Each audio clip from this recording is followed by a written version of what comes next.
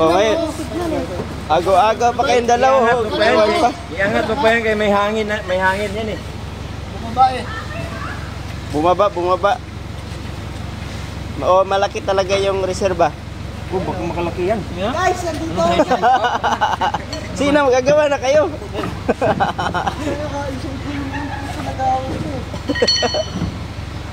Nag-aaway pag sino magkamit eh. Yawa, no?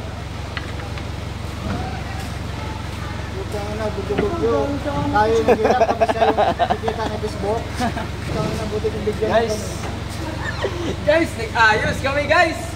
Baka nakalimutan mo, may Republic, may Primacy Act. Ayusin yun, hindi naman pantayan. Wala, mapit na sting na tayo. Tumulong ako eh. Mamaya, pagpatakbo Sabi ni... ko na, utang na loob na naman eh. Pagtakbo ni tatay. Utangin na naman talaga oh. Ito yung tools ba eh? Pagtakbo ni tatay, mauna na naman yung gulong niyan. Bay. Angat mo bay. Angat mo bay. May papa.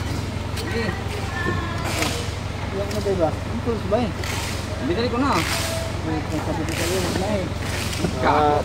Dito yung mga expert namin magkabit sa gulong. Pumasok kasi ako kapon, hindi ako nagsasabi mo. Yung tornilyo. Alam ko, pumunta ako dito kahapon eh.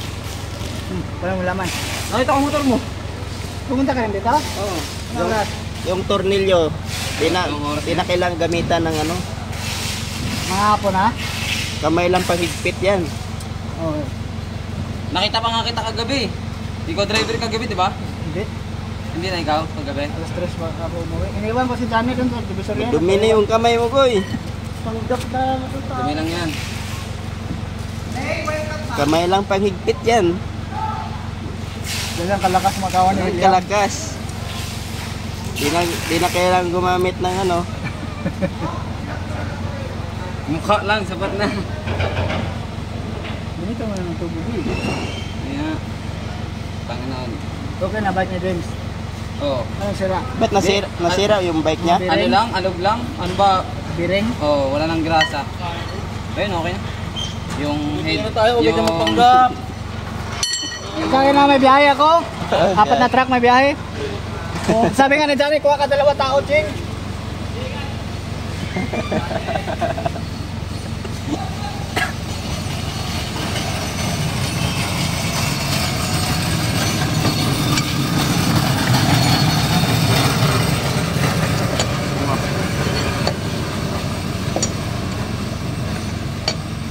Sana yung kabila, ito may bitak din eh. Saan? Hindi naman daw puno karga na ito. Baba mo na. Ganito eh. Kahit na. Pwede na yan.